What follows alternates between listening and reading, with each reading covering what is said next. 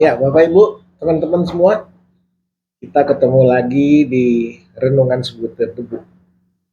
Pada kesempatan ini saya ingin mengajak Bapak Ibu, teman-teman semua untuk kita sama-sama lagi merenungkan Renungan Sebutir Debu. Kali ini saya ingin mengajak teman-teman dan Bapak Ibu sekalian merenungkan soal kasih. Di agama Kristen itu adalah penekanannya kasih. Kasihilah sesamamu manusia seperti engkau mengasihi dirimu sendiri, ya.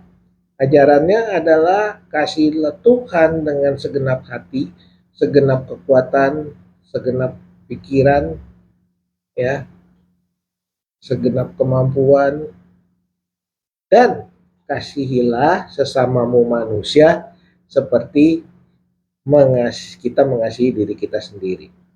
Artinya apa?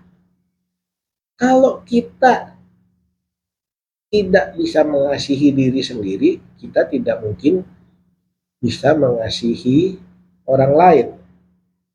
Tapi dalam diri kita, seringkali kita tidak bisa mengontrol diri kita. Seringkali kita merasa kita benar, seringkali kita merasa kita baik, tapi sebenarnya kita tidak benar dan tidak baik. Tapi setelah kita tahu kita mau berubah, sulit berubahnya. Misalnya ya, contoh, kita kebiasaan makan, makan angkat kaki, ya, sembari makan gitu, pakai tangan angkat kaki, sedap kayaknya ya. Tapi menurut orang lain cara makan ini tidak baik, ya. Tapi menurut kita nikmat dan baik. Nah, tapi kalau kita udah kebiasaan seperti itu, kita mau merubah cara makan pakai sendok atau pakai garpu atau jadi pakai sumpit, itu sangat susah. Ya, coba kita lihat orang Arab, kebudayaannya makan pakai tangan. Ya, kalau kita lihat di persekutuan Arab-Arab lagi makan kambing guling, nasi kebuli, pakai tangan, ya rame-rame ya. Buat kita jijik, tapi buat dia itu adat istiadat dan itu bagus. Ada kebersamaan, ya. Mungkin buat para dokter itu jijik, sumber penyakit habis dari mulut ke situ lagi, mulut lagi rame-rame, ya. Tapi buat dia ada persatuan.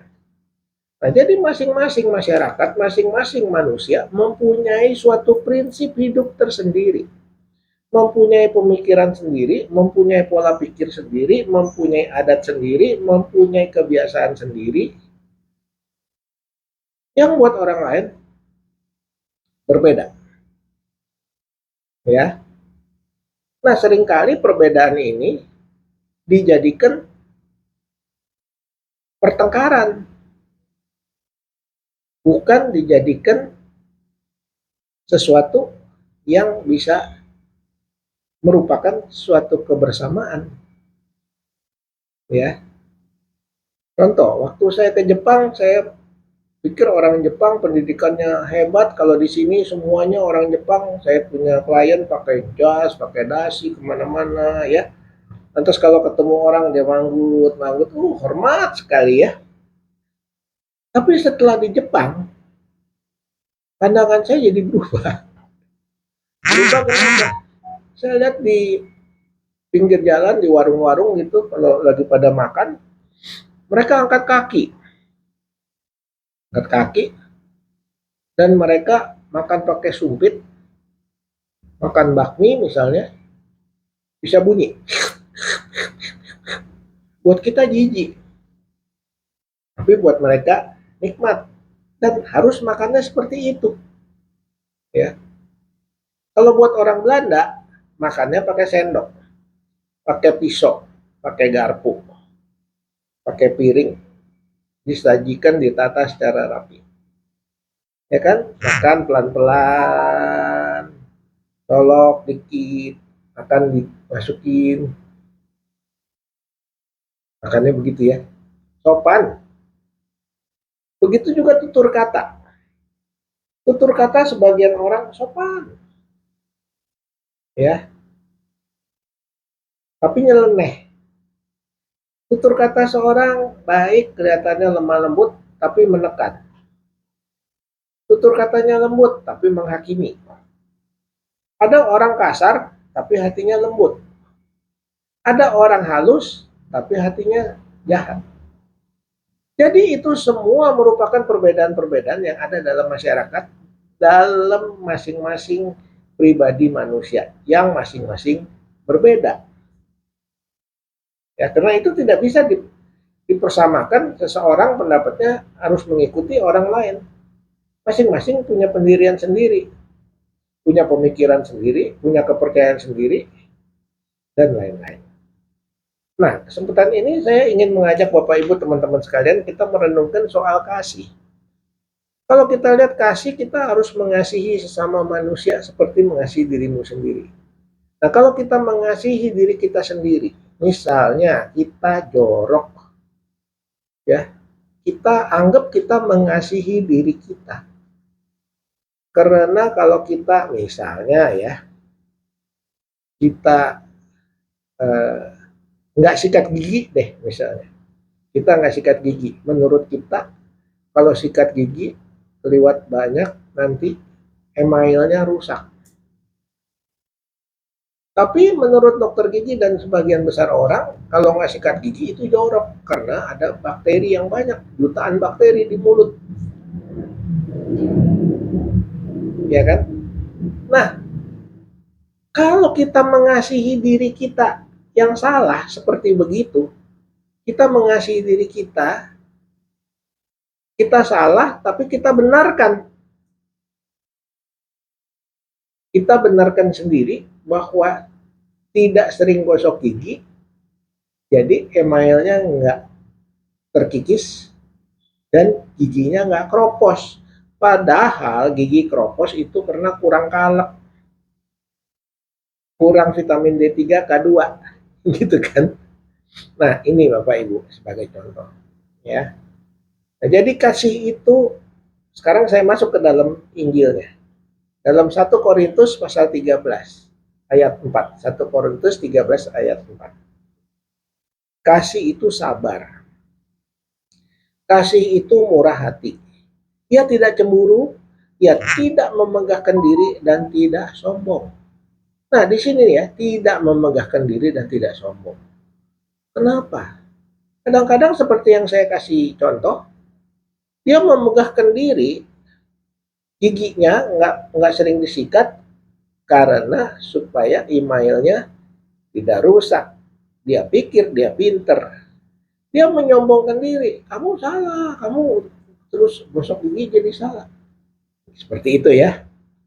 Nah, itu adalah sombong, tapi sombongnya terselubung. Ya, memegahkan dirinya terselubung. Padahal dia salah dan dia bodoh.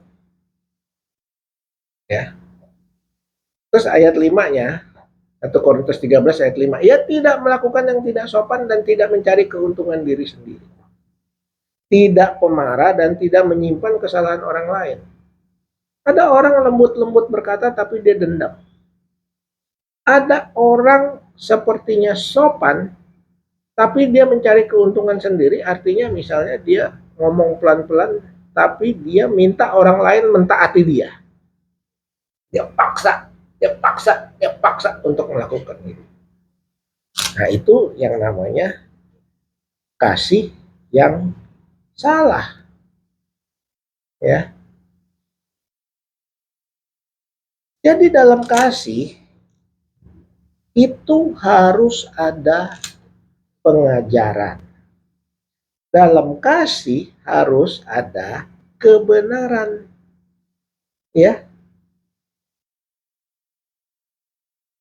Dia tidak adil dong. Nah, ayat 6-nya. Ia tidak bersuka cita karena ketidakadilan, tapi ia bersuka cita karena kebenaran. Nah, kalau ketidakadilan dianggap kalau orang paksa-paksa dia untuk ini nggak adil. Dan dia juga mau paksain orang ikut dia juga nggak adil kan. Orang punya prinsip sendiri-sendiri. Orang yang udah biasa gosok gigi, suruh nggak gosok gigi nggak bisa tidur. Ya. Tapi kalau orang yang biasa nggak gosok gigi, suruh gosok gigi, dia nggak bisa tidur juga mungkin ya. Jadi ini Bapak Ibu, kita harus ngerti. Dalam kasih ada kebenaran, dalam kasih ada pengajaran. Bukan dalam kasih membenarkan yang tidak benar, dan bukan dalam kasih membela orang yang salah. Ya. Jadi kasihilah Tuhan Allahmu dengan segenap pikiran, segenap kekuatan, segenap akal budi. Kasihilah sesamamu manusia seperti engkau mengasihi dirimu sendiri. Ya, bukan berarti kita mengasihi tapi membiarkan yang tidak benar, membela yang salah, dan mengasihi orang yang bersalah. Kita tetap mengasihi, tapi dalam kasih harus ada kebenaran. Kalau tahu ada orang nggak benar, harus ditegur. Supaya orang itu jangan terus-menerus melakukan kesalahan. Kalau kita nggak tegur, kita salah kepada Tuhan. Karena Tuhan bilang, tegurlah dengan kasih. Kita menegur dengan kasih. Tapi kalau orang itu ditegur dengan kasih nggak mengakui, ya kita nggak bisa bilang apa-apa gitu kan. Tahu dan kita lihat di channel-channel YouTube. Gitu. Jadi Bapak Ibu, teman-teman sekalian, jangan kita menyalahartikan kasih.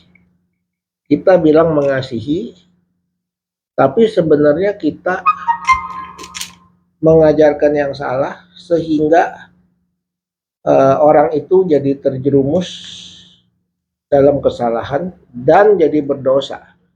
Karena kalau menyimpang dari firman Tuhan, itu dosa. Sampai di sini dulu Bapak Ibu, teman-teman, kita belajar tentang kasih yang benar. Bukan kasih yang membenarkan yang tidak benar. Jangan lupa klik subscribe. Kalau ini merupakan berkat buat saudara, klik subscribe dan share supaya makin banyak orang mengerti tentang kasih. Jadi kasih yang diajarkan itu memang mengasihi, tapi mengajarkan kebenaran supaya orang jangan jadi tidak benar. Sampai ketemu lagi di lain waktu.